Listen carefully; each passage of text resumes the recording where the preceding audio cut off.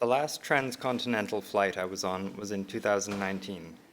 I was flying from Tokyo to London, a route that in total covers around 10,000 kilometers, almost half the globe. In front of you, a small screen draws a line across a map. Every centimeter of that line is 1,000 miles of places you'll never know, and yet in that instant you are part of those places. This raises the question of what a person really is. Do we end at the limits of our skin, or was I that aeroplane? Was I the carbon footprint it was leaving, and was I its shadow on the ground? Travel is a form of play. It's about finding new places and inventing possibilities. Perhaps that gives some weight to the journeys we take and the world that becomes those journeys. In recent years, an internet-based movement has evolved called the Web Revival. The name is inspired by the civilized anarchy of the American folk revival that took place during the first half of the 20th century. The folk revival focused on celebrating humanity in a time of rapid industrialization, a parallel to the rapid digitization we see today. The images you're seeing are websites created by the Web Revival community. Their creators are mostly unknown, but all of these sites are modern and actively updated. The Web Revival is a reaction against ongoing trends on the internet today, such as the negative impact of social media on society, the overemphasis of monetization on creativity, and the impersonal flat design language that is often made for the benefit of engineers more than the web citizens. The core idea of the Web Revival is simple. Make your own website and make it chaotically. The Web Revival is about web design as play, and I mean play in the deepest sense of the term, where play is not about passing time, but about creating other realities so that we can become those realities. The Web Revival attracts a diverse following of people, but typically it's held together by 5 key ideals that most agree on. 1, a sense that technology and the web today is lacking in true creativity. The idea that the web can be a place of warm, genuine interactions. That's number 2. 3, a rejection of social media and its often toxic cultural impact. 4, the idea that we should understand and master the technologies in our lives.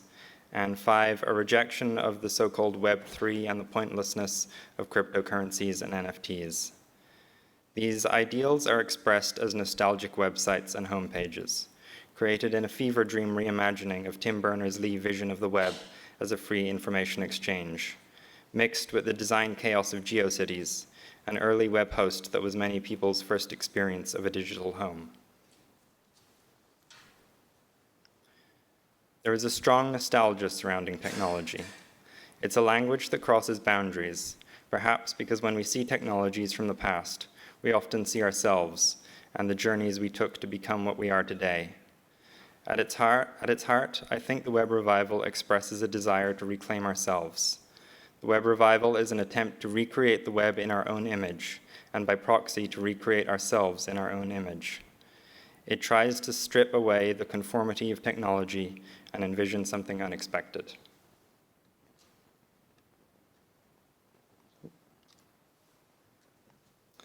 I thought I'd take a moment now. To take you on a tour of my own digital home. As of writing, this site has around 38 million hits and has been mentioned on a number of technology news sites and academic papers. It was started back in 2016 while I was still studying here in UCC and living in one of the ticky-tacky housing estates outside Cove. I grew up on an island with a train. The world revolved around that island, and into this world, the train would carry lost souls. Time often forgot that island, and I dream of houses half caught in the past. It was a sad place, a pointless, stupid, beautiful mirage. Although I've not stayed true to it, this site was built as a house, with rooms and walls and windows. Thin HTML walls, but strong and timeless, like that island I was on. Outside, the storm of the web would rage, but within those walls, it was always dusty and safe. That's a quote from the site introduction. What you're seeing here is what is called a landing page. They are a lost art form on the modern web. The purpose of a landing page is to celebrate the arrival of a visitor and to give them a hint of what is to come. The clouds float past, and the eyes of Horus peek at you sneakily from the distance. You are exiting the information superhighway. That's an ill-fated buzzword from the 90s for the internet. You click the enter button, surrounded by a halo. Maybe you're a little intimidated if this is your first time here. You're worried this place might be dangerous, but you're brave, so you continue.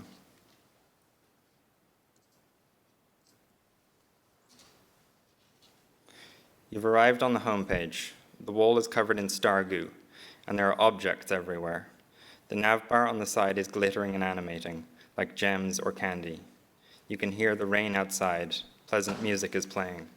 It's peaceful and homely. Peace is something we create. It's a man-made construction. Deliberate peace is one of the arts of the web revival. We don't force-feed you data, we let you find it. You click the window and find yourself outside. The music is sinister now. Peace is replaced by worry, and home is behind you. A message asks if you want to continue, and you do. You're in a forest now. The music is calm again.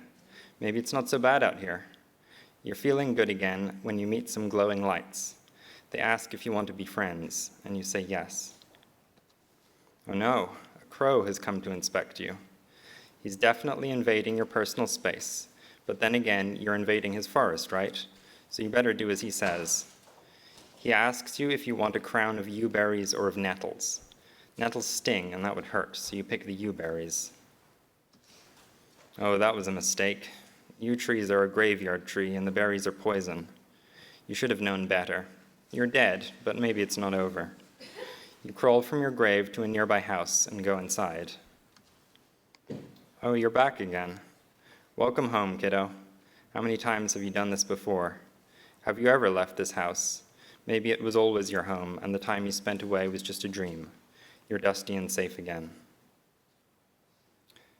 That was just one path in a labyrinth of webs within webs. This particular story was written back in 2016. It's one of the oldest parts of the site, and it remains one of the most popular parts to this day. As time went on, the project evolved in a few different directions. This is a texture archive containing around 3,000 abstract 90s textures. They were rescued from abandoned compact disc archives and are listed here freely for anyone to use. This was launched in 2020. This is a complex 3D world from 2020. It's a vast explorable space in which visitors can see each other and travel together while meeting mysterious creatures from another galaxy. In 2021, the site started exploring more data-driven spaces. This is the Museum of Modern GIFs, a virtual gallery containing 100,000 obsolete GIF images sourced from the web. GIF images are a digital folk art, created by unknown individuals often decades ago.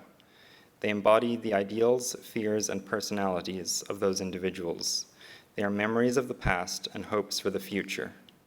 Here, the GIFs are displayed in randomly generated rooms. Each time you visit a room, it's created and destroyed, and will probably never be seen again. Finally, this evolved into a fully 3D game world. Here you can watch as Oswamp, an archetypal video game character, flies through a virtual hole of GIFs. They seem infinite, yet the moment they are out of sight, they disintegrate. The aim was to capture the never-ending loop of loss and letting go, of searching for something that can never be found, and ultimately the isolation of identity and the ephemerality of the self, in the context of a final, endless white cube gallery.